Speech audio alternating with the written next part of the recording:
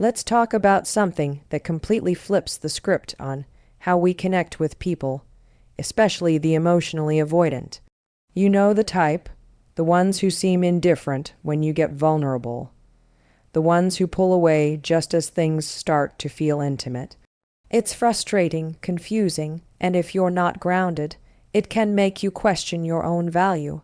But here's what most people don't realize: the avoidant isn't trying to hurt you. They're trying to protect themselves from the very connection they secretly want. See, avoidants are hyper, attuned to perceived loss of control. Their nervous system interprets closeness as danger, not because you're dangerous, but because somewhere deep in their wiring, connection has been coded as unsafe. So when you come at them with a ton of emotional energy, no matter how well intentioned, it registers as a threat.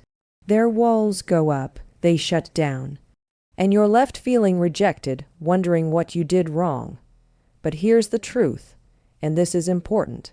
The power dynamic shifts the moment you stop trying to get something from them and start radiating from a place of wholeness. You want to be felt in their soul, craved in your absence. Then you need to become someone who is emotionally self-sufficient. Someone who doesn't need their closeness to validate their worth. That's the secret. When your energy says, "I am grounded. I know who I am. I don't chase, I attract," they feel that. Not logically. This isn't about clever texts or playing hard to get. This is energetic. It's psychological. It's primal. You are becoming the secure force their system never had, but now desires without knowing why. Let me break this down even further. When you're emotionally grounded, your presence becomes a sanctuary.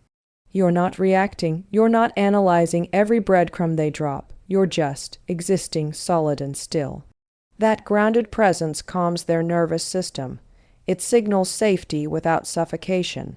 It tells them, "You can be near me and still be free." That's when the real connection starts to form.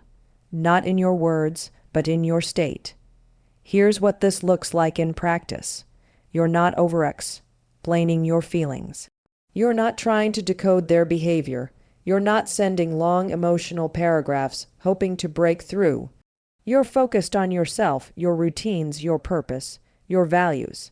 Not in a detached or manipulative way, but because you understand this fundamental truth.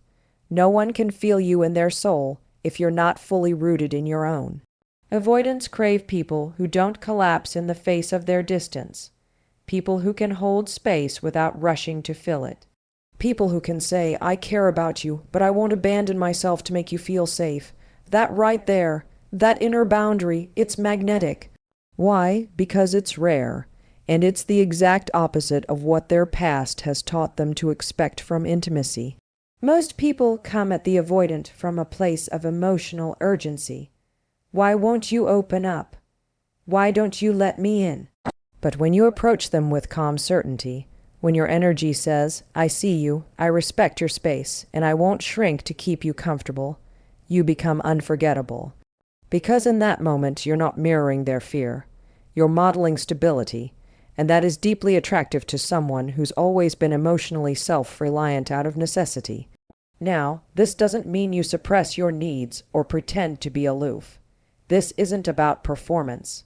It's about transformation. You become the kind of person who doesn't need to chase connection, because you are connection. You're connected to your values, your vision, your own internal peace.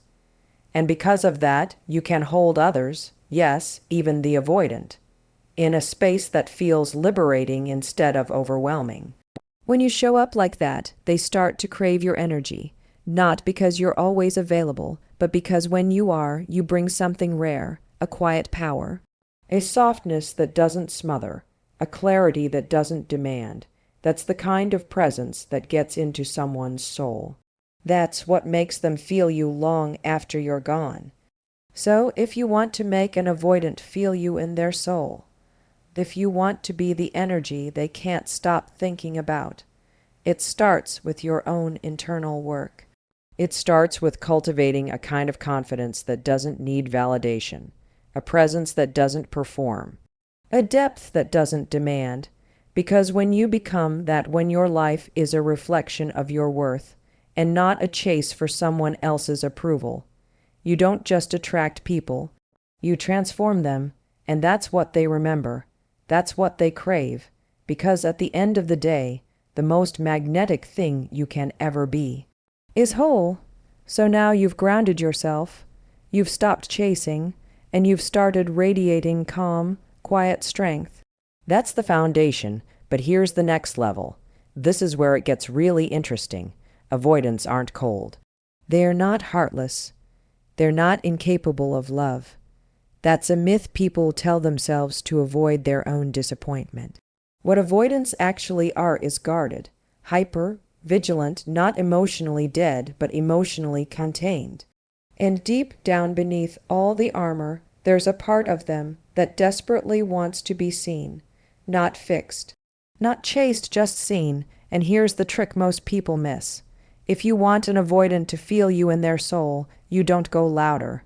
You go deeper. You don't try harder to prove yourself. You learn how to speak directly to that buried longing inside them. You speak to it not with your words, but with your energy, with your intensity, but a very specific kind of intensity. One that's subtle, controlled, focused. You know how some people walk into a room and they don't say a word, but you feel them. That's what we're aiming for. That's what draws the avoidant in, because they don't trust chaos. They don't respond to emotional fireworks. That feels unsafe, but they are hypersensitive to authenticity. They pick up on emotional signals, often more than they're consciously aware of. So when your vibe is calm and emotionally present, but not clingy, they start to lean in, and they don't even know why. Think of it this way. Avoidants are like deep-sea divers. They live underwater emotionally. If you throw a splashy, high-energy display into the water, they'll swim away. But if you send down a slow, steady signal, something still, something curious, they start to rise toward it. Because it feels different, it feels safe, it feels real, and I want to be clear. This isn't about manipulation. This is about awareness. It's about embodying a level of emotional maturity that communicates. I don't need to be loud to be felt. I don't need to force connection. I am connection. So how do you embody that subtle intensity? First, tone matters. Speak in a grounded voice. Slow your pace. Don't rush to fill silences. Silence is powerful.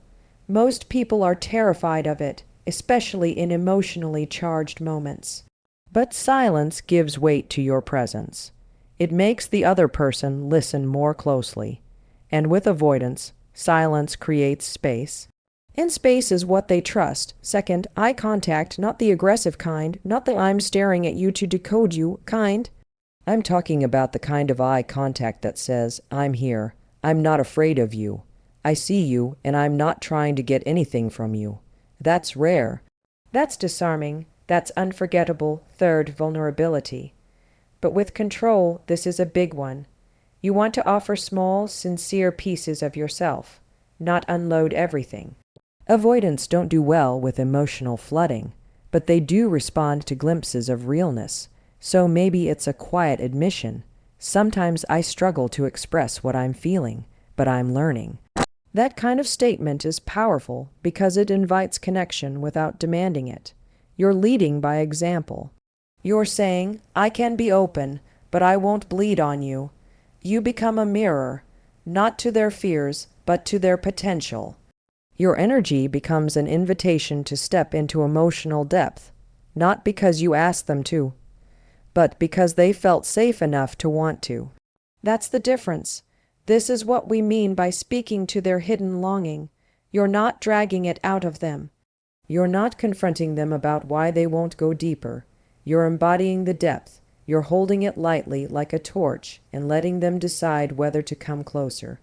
That's where the craving begins, because what they're really craving isn't someone who demands their vulnerability. What they're craving is someone whose very presence justifies it. When you understand this, your whole approach shifts. You stop trying to fix or force or decode. You start simply being the energy they didn't know they needed. The calm, the clarity, the stillness, and in that stillness, they start to feel safe enough to soften. Not because you pushed, but because you stayed, because you didn't panic in the silence, because you let your presence say everything your words didn't need to. That's the kind of energy that lingers, that gets under their skin, that doesn't just connect, it awakens something. So if you want them to feel you in their soul, don't try to break their walls. Become the space in which those walls feel unnecessary. Let's be honest, most people are terrified of pulling back. We've been taught that if we step away, we'll lose the connection. If we don't keep showing up, proving, giving, reminding, texting, explaining, they'll forget us. But that belief is rooted in fear, not truth. And if you're dealing with someone who's emotionally avoidant, fear will only feed the cycle. You chase, they retreat.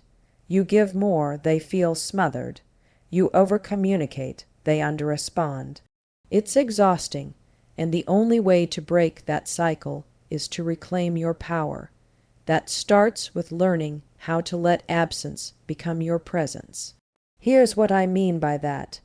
When you're no longer trying to manage their perception of you, when you stop trying to hold the relationship together with effort and over-functioning, you create space. Real, potent space. And space is the one thing avoidants need to process connection. It's the only environment where their nervous system has enough room to feel. And feeling real, deep emotional resonance. It takes time. It doesn't happen when someone's in their face, demanding resolution. It happens in the stillness, when they're finally alone with their thoughts. This is why your absence, when it's intentional and grounded, is not silence. It's a message. It says, I'm not disappearing. I'm holding the boundary. I'm not punishing you. I'm honoring me. That level of emotional maturity doesn't go unnoticed. It lingers in the background of their mind, even if they don't acknowledge it right away. Because here's the psychological truth. We crave what brings us peace. And when your energy has been stable, strong, and non-reactive, your absence feels different than anyone else's. It's not just that you're gone. It's that what you were is now missing. That contrast creates emotional clarity. Avoidants don't realize they need someone until that person stops trying to be needed. This isn't about playing games or creating distance to manipulate a reaction. That's performative, that's fear in disguise. What I'm talking about is energetic integrity. You are stepping back because you understand the value of your own presence. You are giving space because you respect the other person's need for it. But you also respect yourself enough not to keep pouring into a connection that can't reciprocate right now. And that's hard, especially when you care, especially when part of you wants to fix it, to get closure, to explain your side. But here's what I want you to remember. Absence, when used consciously, is not avoidance. It's alignment. You are aligning with the version of you that no longer abandons yourself to stay close to someone else. And something powerful happens when you start to embody this. You stop needing their attention to feel valuable. You stop fearing distance because you know what you bring to the table. And you start to trust, really trust, that if the connection is real, your silence will echo. Because it's not about disappearing to be chased. It's about withdrawing to be felt. And trust me, you will be felt.